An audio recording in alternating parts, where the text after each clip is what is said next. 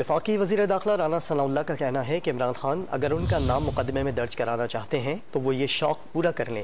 انہوں نے عدلیہ اور فوج کو سیاست میں استعمال کرنے کو ملک کے لیے تباہ کن قرار دیا۔ دعویٰ کیا کہ عمران خان پر حملے کا اصل ملزم نوید ہی ہے۔ کسی بھی ایسے ادارے جو ملک کے استحکام کی بنیاد ہو، وہ جوڈیشری ہو سکتی ہے، وہ پاک فوج ہو سکتی ہے، ان کو اس قسم کی سیاست میں انوالو کرنا جو ہے یہ ملک کے لیے تباہ کن ہے۔ اور یہ ایک ایسا آدمی جو ملک میں افراتفری چاہتا ہے، فتنہ چاہتا ہے، فساد چاہتا ہے، وہ یہ کوشش کر رہا ہے۔ تو اگر اس کی کوشش کو کامیابی ملتی ہے، کسی وجہ سے بھی ملتی ہے یا کسی سہارے سے ملتی ہے، تو وہ بڑی بدقسمتی ہوگی۔ ہمارا اس کے اوپر بڑا واضح سٹانس ہے۔ ہمارے خلاف دیں مقدمہ، ہمارے خلاف، میرے خلاف مقدمہ درج کروائیں، میں شامل تفتیش ہونے کو تیار ہوں۔